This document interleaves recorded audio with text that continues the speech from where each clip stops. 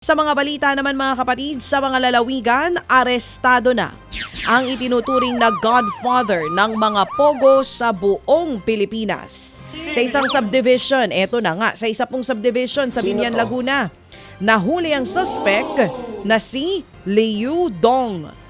Ayon kay Presidential Anti-Organized Crime Commission Undersecretary Gilbert Cruz, isinagawang operasyon base na rin sa impormasyon na nakalap ng Bureau of Immigration.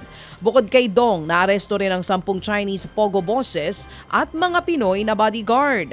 Ayon po sa mga otoridad, galing Hunan, China ang godfather ng mga pogo na nasa likod ng scam farm. Sa iba't ibang bahagi po yan ng Pilipinas. Kabilang na dito ang 2 kumpanya sa Ilocos Sur, Lucky South 99 at maging ang Hongsheng.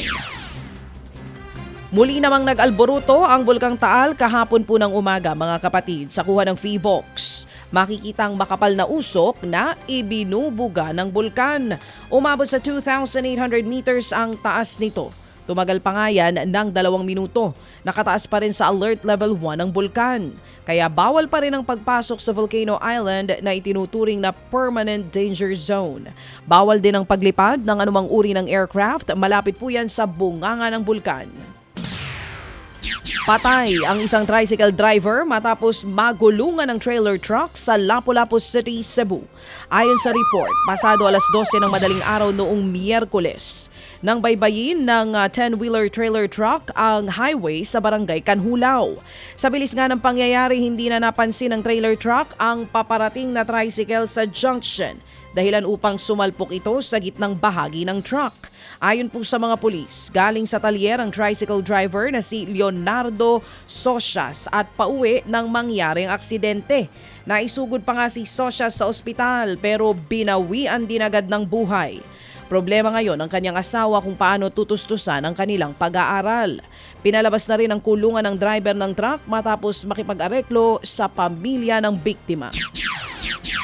Aabot naman sa 4.2 milyong pisong halaga ng giant clams o taklobo ang nakumpiska ng mga otoridad sa Carles, Iloilo City. Ayon sa Iloilo Maritime Police, nakatanggap sila ng report tungkol sa umano'y pangungulekta ng isang babae ng mga taklobo. Nang puntahan siya ng mga otoridad, nakita ang nasa 70 sako ng mga taklobo sa likod ng kanyang tindahan. Inaresto ang suspect dahil sa paglabag sa Philippine Fisheries Code. Inaalam pa ng mga otoridad kung saan nakuha ng babae ang mga taklobo. Ipinagbabawal ang pagkuha ng giant clams na itinuturing ng endangered species. Ted Filon at DJ Chacha ngayon nasa Radyo 5 92.3 News FM Monday to Friday 6 to 10 a.m.